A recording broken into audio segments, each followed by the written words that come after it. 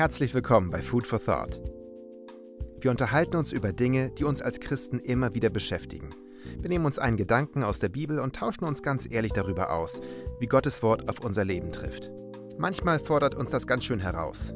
Deswegen reden wir darüber. Und du kannst dabei sein. Schreib einfach deine Gedanken oder Fragen in den Chat. Mal sehen, was heute passiert. Hello guys, nice to have you here in a new location.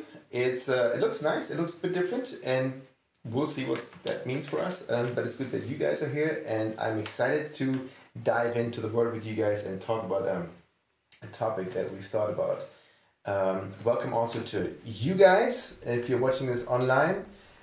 Welcome to Food for Thought, and we just want to have a few conversations about a topic that I think we haven't tackled in that way yet before. So let's see. If you have any comments on this, feel free to type something or get in touch with us through our website, prayer-house.de. Anytime, we'll be happy to hear from you or just get in touch with you.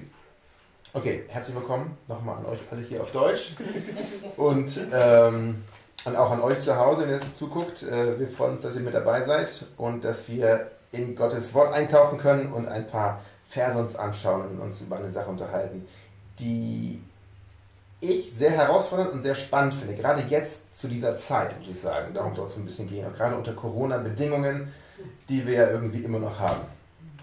Okay, so here's the point for today. I've heard sort of people say, I think, or read it on a newspaper or watched it somewhere. Some people said that one of the things, of the many things that have changed since Corona, which has been a never-ending 1.5 years or something like almost 2 years now, is relationships. Mm. And yeah, you can say obviously its relationships have been affected by that because lockdowns, wearing masks, that has an effect on the way we relate. That is isolation, that is not really being in contact. Obviously it has an effect. So no wonder it does something to us and does something to the way we live together. We do life together. Real close friends, but maybe also not so close people, maybe neighbors, all kind of different relationships that does have an effect on us. So people notice that, and they say something has changed about the way we do relationships. I heard somebody use that sentence, so I'm wondering, what do you guys think about that? Have you picked that up? What has changed when it comes to interacting with one another, relating to people? What have you observed past, say, whatever, 17, 18 months? Mehr Online-Freunde. Ja. Enge Freunde oder nicht so enge Freunde?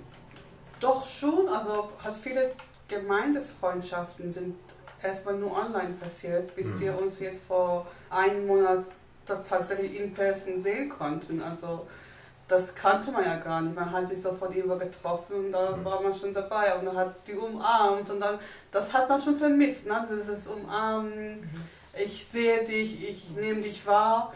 Es war halt nur Person, das hat schon gefehlt, ja. Also neue Freundschaften angeschlossen, die man noch nie gesehen hat. Es war schon etwas sehr Neues für uns, also kannten wir ja nicht so vorher. Aber mit den engen Freunden hat sich jetzt nicht so viel verändert, sage ich mal. Innerlich. Ich habe sonst noch eine Idee, und zwar, was ich immer dachte, also als alle nur Zoom gemacht haben und YouTube, keine Ahnung, ich dachte immer, okay, wenn der Tag kommt, dass wir uns wieder in echt treffen können, dann sind wir alle total euphorisch und liegen uns in den Armen und so. Und irgendwie war es nicht ganz so. Also ich habe das nicht so euphorisch gefunden. Es war fast mehr so, als ob du dann immer so, ah ja, okay. Mit was für Freunde hast du so?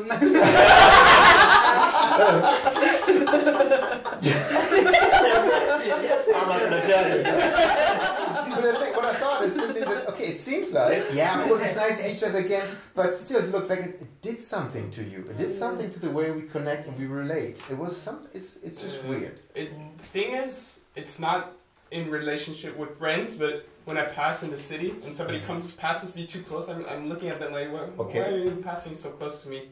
I don't like that much of contact anymore. That's Okay. something that. And how about good friends, like really like close friends that you're... No, I didn't even see that many friends. I Okay. just saw one set of friends actually, Okay. like over this whole time. So And that hasn't changed, really. not really. Mhm. Bei mir auch nicht eigentlich, aber das Einzige, das konnte ich sehr gut verstehen, was bei mir auch war, wenn man im Bus war, da hat man immer so richtig so darauf geachtet, dass man so seinen Platz so ein bisschen weniger hat und sowas. Und zum Beispiel durch die Maske, wenn da jetzt eine ältere Dame zum Beispiel ist und es ist irgendwie schon abends oder so, eigentlich lächle ich dann immer hin, damit die weiß, dass ich kein Böser für die bin. Und dann, also das ist für die einfach viel besser, also habe ich das Gefühl. Und jetzt durch die Maske, dann sieht man das nicht. Und ich habe schon gemerkt, dass sie dann immer so... ohne Zeit. Da war ich so... Alles gut.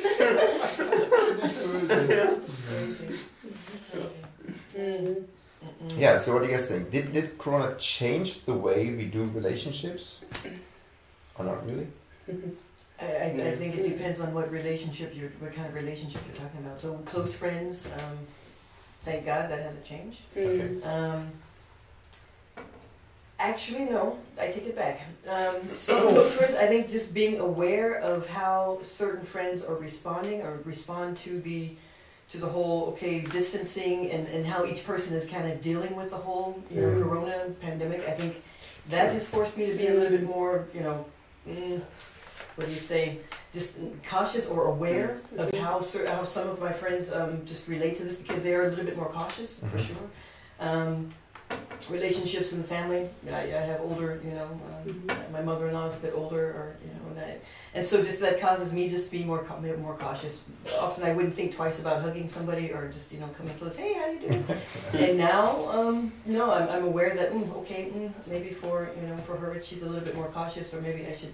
So that's definitely, but it's at least something where I don't respond as automatically to people as I used to. Some friends, yes, no change, but others, yeah, there's a change. So. And is that something where you say, okay, this is just on the surface, it's just the way we sort of, the proximity or the way we talk, or does it actually affect the relationships to some degree? Ja, also ich glaube nicht. Ich glaube, dieses das Herzgefühl ist noch da, dasselbe. Also es hat sich nicht geändert. Auch wenn wir uns lange nicht gesehen haben, wenn man sich wieder sieht, ist diese Wärme wieder da. Man hat nicht das Gefühl, jetzt hier Corona konnte dazwischen was ändern. Vielleicht hat man nicht weniger gesehen, weil, so wie Sandra meinte, weil Leute auch vorsichtiger waren, weil die Krankheiten hatten. Und trotzdem, sobald man sich wieder sieht, ist sofort alles wieder da, finde ich. Also innerlich hat sich nichts geändert. Yeah. I feel like it's like if you have friends overseas, you don't see them like always. So, for example, with Clint, a friend of mine who lives in England, when I see him again, we always feel like like brothers again. And we don't see each other every day. We don't talk every day, but we know that. Yeah. I hear you. So the reason why I'm sort of pressing on this whole relationship thing is because obviously we're here not to talk about relationships or Corona in the first place, but about how we do faith, how we do life, sort of looking at the Bible, and then how that meets us in real life. That's the idea. So and one of the things that is of course key to following Jesus, I mean, super key and super fundamental, is the fact that we are called as Christians, as followers of Jesus, not just to follow him individually, but that God had the idea of placing us together in fellowship, in community, and he called it church.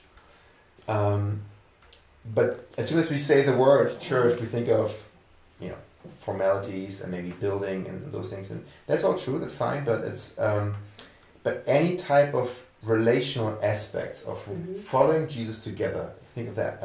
So I'm wondering, what about that? How has that was affected by Corona first.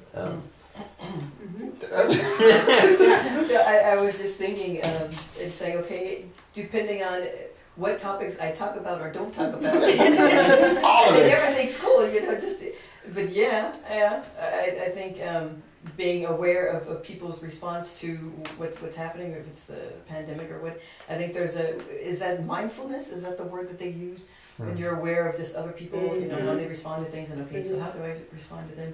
I found it helps a lot to avoid certain topics, or on one hand, just to learn to be more, not even understanding. Being confronted with differences of opinion, just to say, okay, I understand. I'm not here to push my opinion or my thought on you. I can hear you. I can understand. I think I've been forced to be more. Tolerant is not the word. Compassionate and understanding, I think, is the word. Just to other people's views and other points of views, and that's been played out. I can say that because it's been played out in a very close way. Speaking of life in church, talking about formalities and things like this, that's been something where I've been more confronted with that. Yeah, definitely more confronted. Ich war aber erstaunt, wie cool Menschen immer Wege finden, wieder Gemeinschaft zu haben. Allein diese ganze Zoom-Geschichte. Ich kannte gar keinen Zoom vor Corona. Und wie Zoom-krank wir jetzt geworden sind irgendwie. Und trotzdem, wir haben uns nicht davon irgendwie runterkriegen lassen, sage ich mal. Wir hatten unsere Gemeinschaften und noch mehr Möglichkeiten, weil wenn vorher Gemeinde nur hier lokal war, auf einmal hatten wir Leute aus dem Iran ausgeschaltet, aus anderen Städten ausgeschaltet, auf einmal hattest du so auf eine internationale Ebene deine Gemeinde. Und nicht nur, dass wir nicht davon betroffen waren oder saßen und gesagt haben, ach, es gibt keine Gemeinschaft mehr, sondern eher Kreativität war wieder so, ach, Menschen haben wieder zusammengepackt. Allein auch die Aktion gemeinsam für Deutschland oder gemeinsam, nein, Deutschland betet gemeinsam irgendwie, also diese Aktion, die gestartet haben. Also ich war erstaunt, wie toll einfach mal Menschen oder die Gläubigen dagegen was gemacht haben. Ich weiß nicht, ob ich das so richtig als Gemeinschaft empfunden habe, so Zoom-Calls. Weil das war immer so ein bisschen, also die Zoom-Calls, in denen ich war da immer einer, der hat gesprochen, die anderen haben einfach nur zugeschaltet und haben dann nichts gesagt und am Ende hieß es dann, ja, will noch irgendjemand was sagen? Niemand hat was gesagt. Okay. Kameras ausgeschaltet, vorsichtshalber, damit er nicht angesprochen wird. Dann war es irgendwie vorbei, ich weiß nicht, ob... Also vielleicht war es einfach eine andere Experience, aber das waren bisher die Zoom-Calls, die ich hatte und das ist irgendwie... Da hat was gefehlt, dieser Aufbau zwischen zwei Personen, diese Connection. Das fand ich ein bisschen schade mit Zoom tatsächlich. Okay. Was für ein Format war das? War das Schule oder nee, das war tatsächlich Service? So eine Small Group Format, aber das war so ein bisschen mehr. Also für mich hat schon so Service hat voll abgenommen, also der Spirit da drin, weil du bist halt nicht in der Kirche, du siehst die Leute nicht und ich finde, also der Start immer, da komme ich so richtig rein dann, da komme ich dann so richtig in dieses Level rein und das fehlt, wenn du halt alleine am Laptop irgendwie sitzt oder Handy und dann, also das hat schon gelitten bei mir. I mean, there's lots of people, I don't say lots, whatever that means, but I've heard from a number of people, it's okay, it's nice to be together with people, but it's also nice to sleep in and sip my macchiato while I'm watching a service online. Even live, saves me some time. People smiling in the room. So, yeah, I mean, pros and cons, okay. But bottom line, again, I feel like there's no experiences. We've just, many of us have never done Zoom before, and now, and it does have an effect on the way we do church life, and we do spiritual relationships and spiritual friendships, not just school or work. And so that is something when you feel like to church life, to following Jesus together, the relational aspect is so key, so fundamental, according to God's idea. And honestly, I don't have lots of answers about this. I'm just observing this, that somehow it has done something with the way we do church life, or we do spiritual community. And us sitting here together, kind of like, okay, that's that. But for many, that would have been an exception. So maybe it's a good time to look at the 2 verses, or 4 verses, 2 passages, to just underline the idea of what did God have in mind at all? Why did He come up with this idea of sure, you're invited into a relationship with me, and I want you to follow my Son, Jesus Christ, as your Lord and Savior, but not just on your own, but do that together with other people who are on the same path, on the same journey. Okay, so we have John 13, and I'm just going to read it out now, quick. John 13, 34, 35. This is Jesus saying, "A new command I give to you, that you love one another, just as I have loved you. You also are to love one another. By this all people will know that you are my disciples, if you have love for one another." And there's one phrase that shows up here more than anything else, I think, and that is the one that we see also in the next 2 verses, Ephesians 4, 2 and 3. This is from the ESV, so I have to add a walk in the beginning. "Walk with all humility and gentleness, with patience, bearing with one another in love, eager to maintain the unity of the Spirit in the bond of peace." So, the idea of the relational aspect of faith, I mean, it's so obvious, and obviously the phrase I'm aiming at is here is one another. Okay? In fact, I've heard a pastor say, church life, in essence, is something like one anothering. Turn into a verb that doesn't really exist. Because it's always like, okay, love one another, forgive one another, be patient with one another. And of course, there's the vertical aspect, there's me and God, yes, but there's so much of the horizontal, us doing stuff together. So here's my question for you.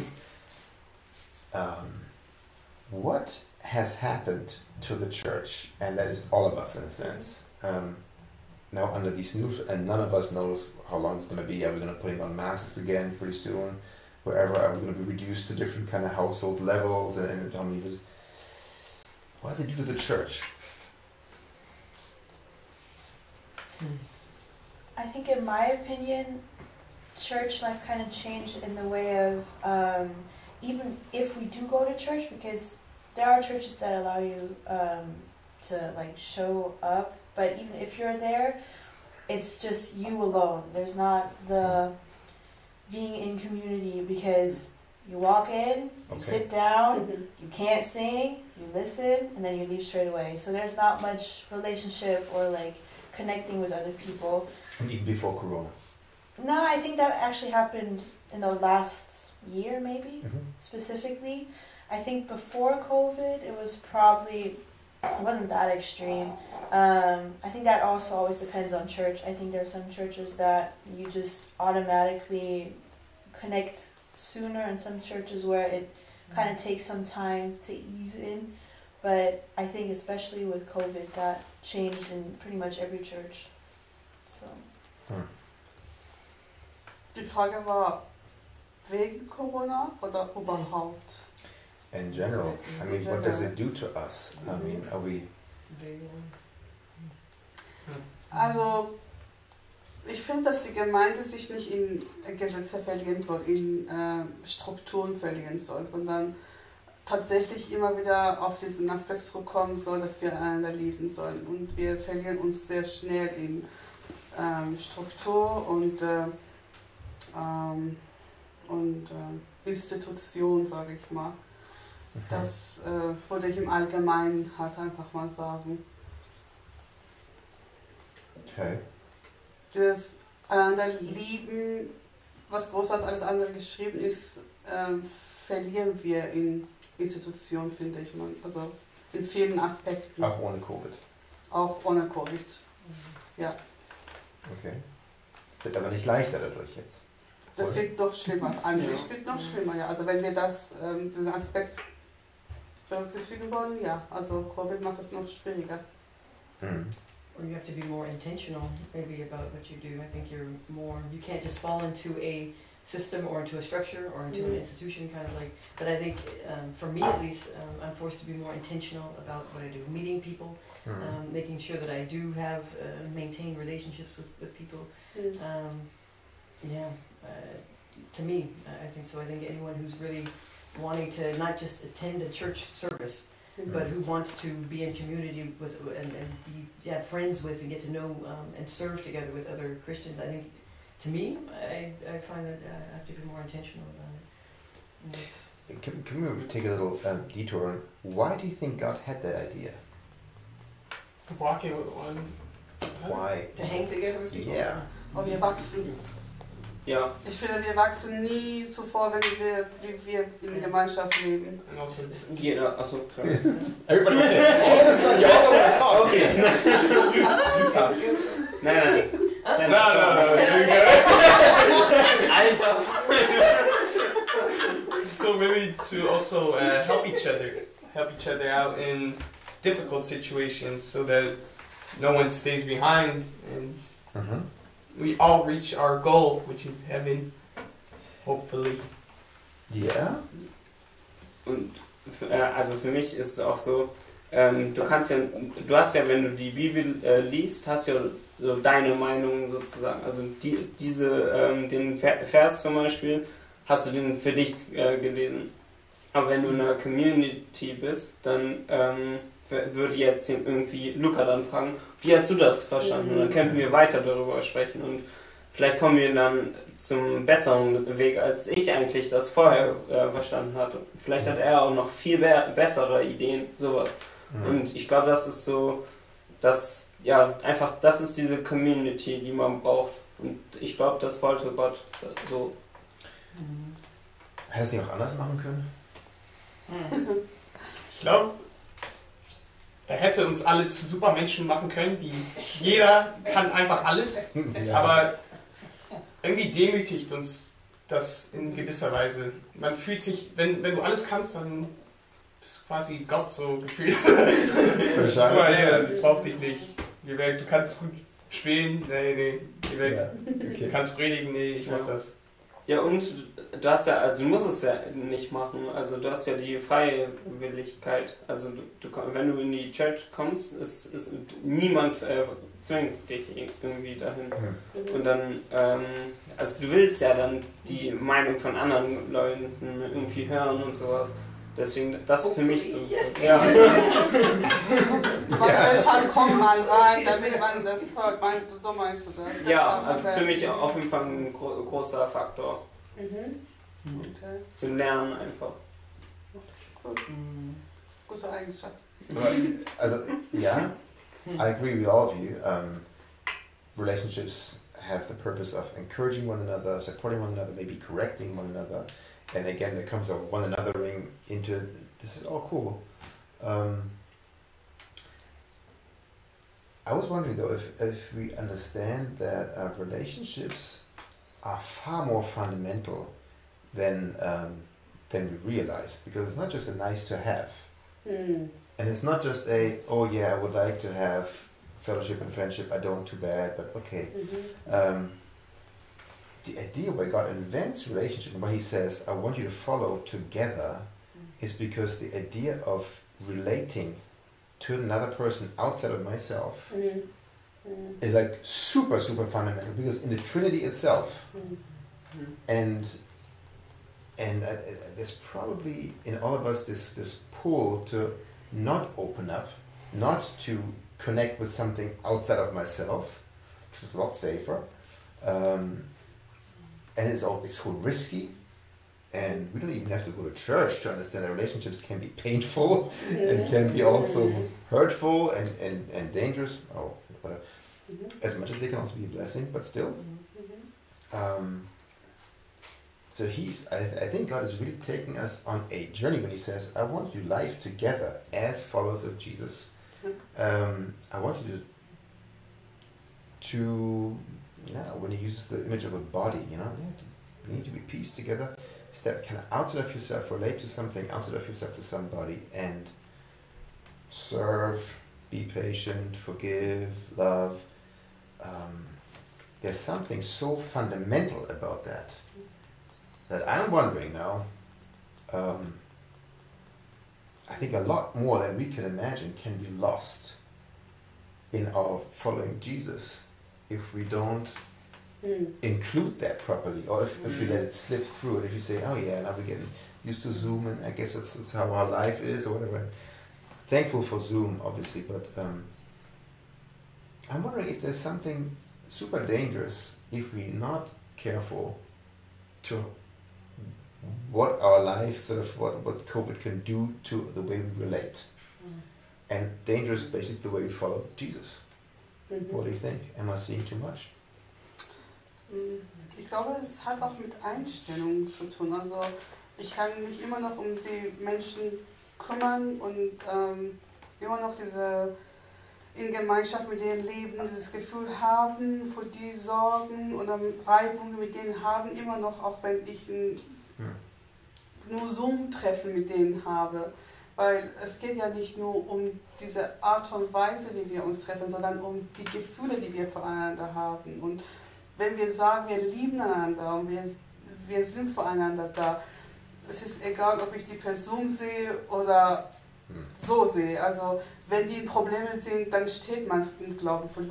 Wenn du siehst, dass die zu wenig an Gott glauben in dem Moment, dann betest du mit denen. Oder wenn du siehst, dass die Fehler machen, dann sagst du denen liebevoll, dass der Fehler. Also immer noch passiert das alles, aber nicht nur hat einen persönlichen, also der einzige Unterschied ist, dass man sich nicht sieht, aber trotzdem, du stehst voreinander und du sorgst dich füreinander. Also das hat persönlich für mich, kann ich sagen, gar keinen Unterschied gemacht. What about you guys? Also für mich, ich finde diese Isolation, die kann schon so ein bisschen gefährlich sein, auch wie du es gesagt hast, weil wenn ich jetzt irgendwas lese und ich verstehe das nicht so richtig oder habe einen anderen so Ansatz oder sowas und bei mir ist keine Community, die mir irgendwas sagen kann oder sowas, dann würde ich richtig streng einfach bei meiner Meinung einfach bleiben, weil es gibt niemanden, der in dieser Situation mich irgendwie korrigieren würde. Und deswegen, ich finde es ein bisschen schwer. Und zum Beispiel, ich habe ganz viele Freunde, die gar nicht so gläubig sind. Das heißt, auch wenn ich die immer sehe, kann ich mit denen über solche Sachen nicht sprechen. Und dann würde ich trotzdem, obwohl ich mich engagiere oder sowas, würde ich trotzdem nur meine Sichtweise die ganze Zeit sehen. Und das, ja.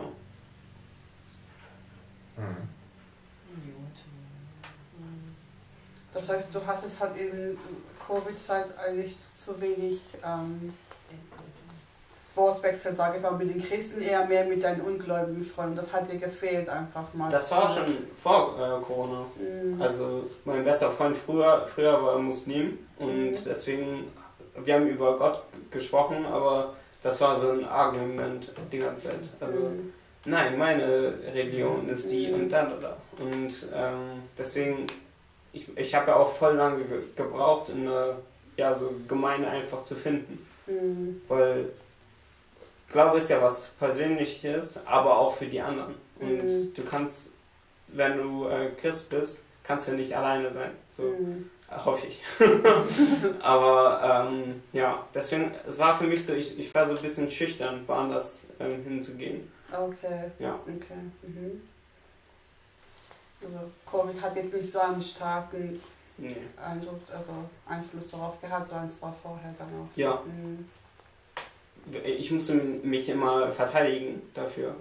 Da war ich, wenn du das die ganze Zeit machen musst, dann bist du immer so, ich will nicht darüber sprechen, aber irgendwie doch. Also dein Herz sagt dir, sprich darüber, aber dein Mouth sagt so, Was meint ihr denn, welche von diesen Aspekten, die in diesen Versen vorkommen, also Johannes 13, Epheser 4, sind jetzt vielleicht unter unseren aktuellen Umständen diejenigen, die am meisten herausgefordert sind? Oder wo wir sagen, vielleicht, ey, das fällt vielleicht völlig über Bord oder so. Also noch, ich lese mal vor. New commandment I give to you, that you love one another, just as I've loved you. You are also to love one another. By this all people will know that you are my disciples, if you have love for one another. Walk with all humility and gentleness, with patience, bearing with one another in love, eager to maintain the unity of the Spirit in the bond of peace. And there's probably 50 other verses you could look at for one anothering.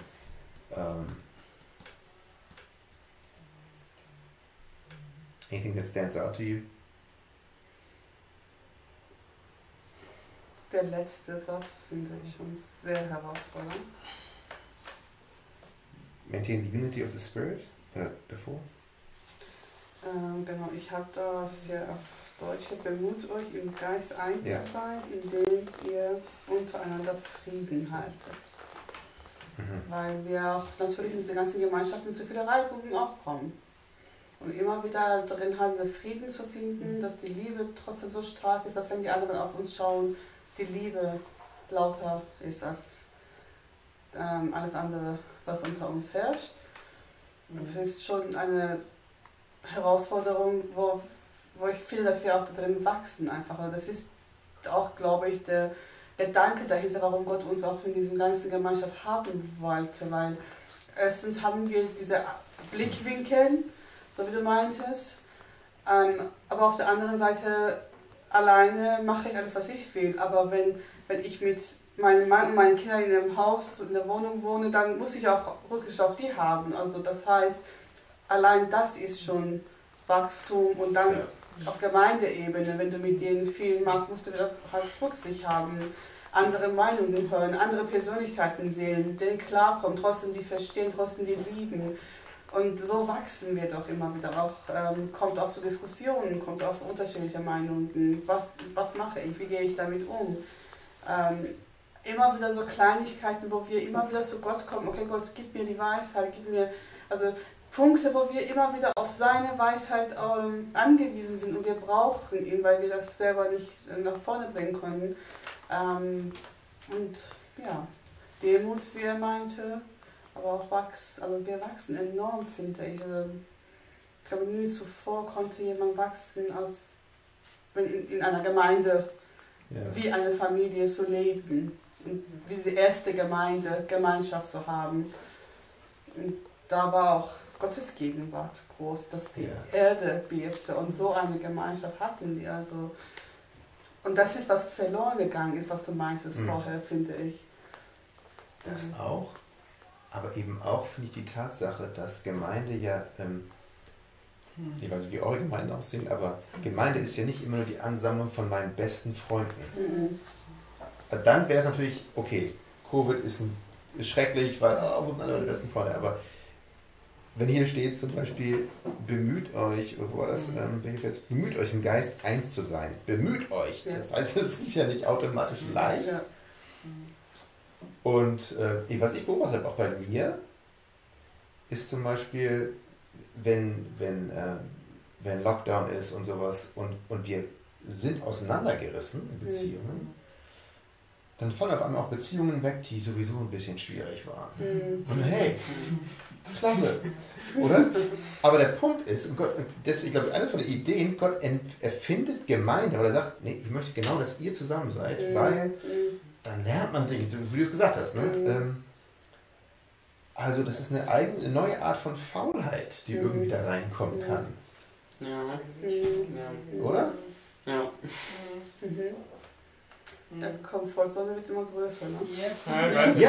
Tiefer, ja. Der Stuhl wird hier. Also es ist tatsächlich ein bisschen schwierig, eine richtige Gemeinde zu finden. Ich weiß es nicht. Es ist sehr, vor allem wenn man gerade keine Gemeinde hat und dann eine neue zu suchen, ich finde das sehr anstrengend. Vor allem, ich weiß nicht, ich habe das Gefühl, in Deutschland ist es noch schwieriger, weil die Leute auch sehr verschlossen sind, vor allem wenn es jetzt um Jugendsachen geht. Die Leute sind in ihren Gruppen und du musst dann da neu reingehen und dann versuchst du dann irgendjemanden anderes mitzusehen, komm mit mir dorthin und dann seid ihr zu zweit dort, weil die anderen die Gruppe nicht. Die gibt's schon. Das ist, ich weiß nicht, ich finde Gemeinde ist sehr, sehr schwierig zu finden tatsächlich. Und was meinst du genau, wenn du jetzt sagst Gemeinde? Meinst du dann einfach eine... Gemeinde... Also Gebäude, oder meinst du einfach nur die Art, eine Gruppe von Beziehungen, die... Eine Beziehung mit Leuten zu haben, die an das Gleiche glauben. Ja, okay. Neue Leute kennenzulernen. Ja, das finde ich auch sehr schwer. In unserem Alter so. Ja. I was gonna say, is it an age issue? Is that even more difficult? Ja. Ich war in einigen Gemeinden, aber dort hatte ich nicht wirklich das Gefühl, dass Gott die Nummer 1 war, sondern das war so eher, ja, wir sind hier, weil hier sind unsere jugendlichen Leute und sonntags werden wir mit in die Kirche gezogen. Jetzt nicht mehr, ne, aber früher. Ja, klar. Ich weiß nicht. Muss halt sein. Es ist eher so ein Treffpunkt für Jugendliche. Ach so. Klatsch. Nicht wirklich. Okay. Okay. Ich mache Werbung jetzt für unsere Gemeinde.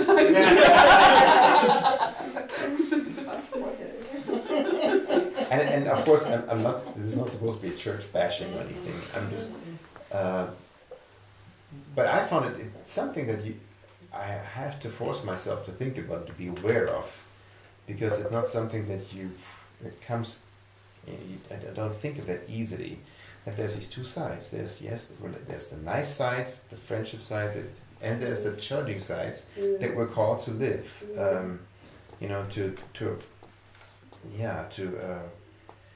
To pursue something, to love one another, even then when it's not easy, and it's an essential part of following Jesus.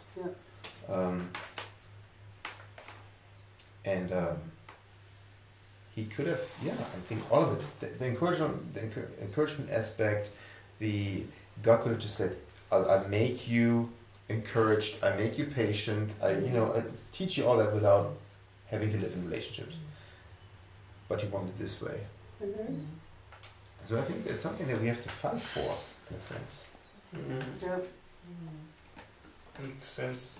I think Melinda said it well when she was talking about even within her own family, so it's not just the people that we don't know or the people that we only see or saw once a Sunday, one day a week at a church service or something that people do.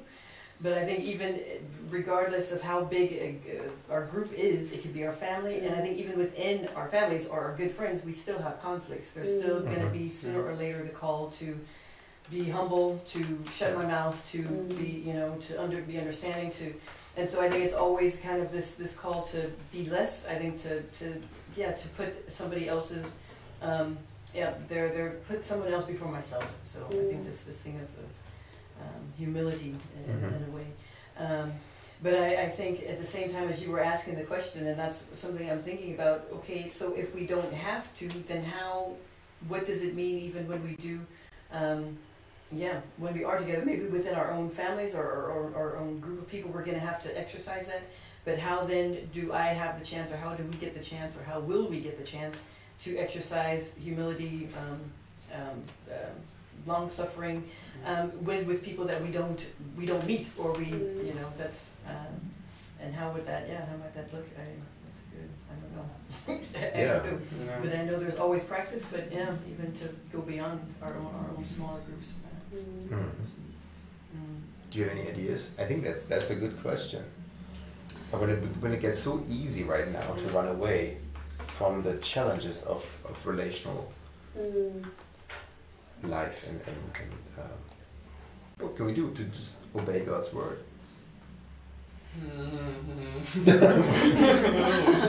Dieses ihn nicht verleugnen einfach, ne? So egal wo wir sprechen, also egal wo wir sind, also so wie wenn ich das richtig verstanden habe, Sandra, du meintest ja halt, wenn wir das nicht haben, diese Gemeinschaft nicht haben, immer noch telefonieren wir oder bei der Arbeit oder immer noch, also, ne? Also wir haben trotzdem immer noch Kontakte.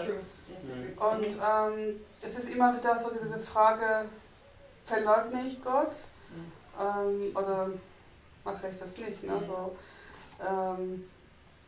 ich habe vor 2-3 Tagen schon bei der Arbeit so ein bisschen auch geguckt, okay, spreche ich jetzt über Gott? Weil eine Lady hatte richtig Probleme, hat geweint am Telefon, weil sie gemobbt worden ist. Und es war so immer wieder, okay, spreche ich mit ihr über Gott oder nicht? Ist es meine Arbeit, ist es professionell? Ist das nicht? Ich sage, Gott, du bist professionell. Maximal. Ich kann nicht einfach hier sitzen und nicht über dich sprechen und am Telefon habe ich einfach mal über Gott gesprochen und hier von Freund zu Freundin, glaubst du? Und die war so offen und dann haben wir zusammen gebetet und ich denke, okay. Also. Ich bin immer erstaunt, dass Leute, die nicht an Gott glauben, so offen sind zu beten. Weil ich höre immer wieder Geschichten, dass Leute dafür für dich beten. Ja, sag ich klar, weil, ich weiß nicht, die Leute, die ich getroffen habe, die sind immer so ein bisschen bashy. Ach so, okay. Also du hast noch nicht so erlebt? Nee. Aber ich finde das immer cool, wenn Leute offen dafür sind. Ja. Das klingt sehr cool. Und auch den Mut zu haben, sozusagen, dafür für dich beten. Ja. Ich habe noch einige Gedanken, muss ich sagen, zum Thema Beziehungen, Fellowship, Spiritual Friendships und sowas. Und okay, so thanks for being part of this. I think we've tapped into some interesting questions for tonight when it comes to relationships and fellowshipping and church life and how it's been affected recently. And what we want to do is we want to continue with that and go a little bit further even in a second part. So tune in for the sequel of this episode. Alright. Vielen Dank, dass ihr mit dabei wart. Wir werden da noch einige Sachen vertiefen rund um das Thema Beziehung und Freundschaft und Gemeinschaft und wir hoffen, dass ihr beim zweiten Teil mit dabei seid. Für heute erstmal tschüss.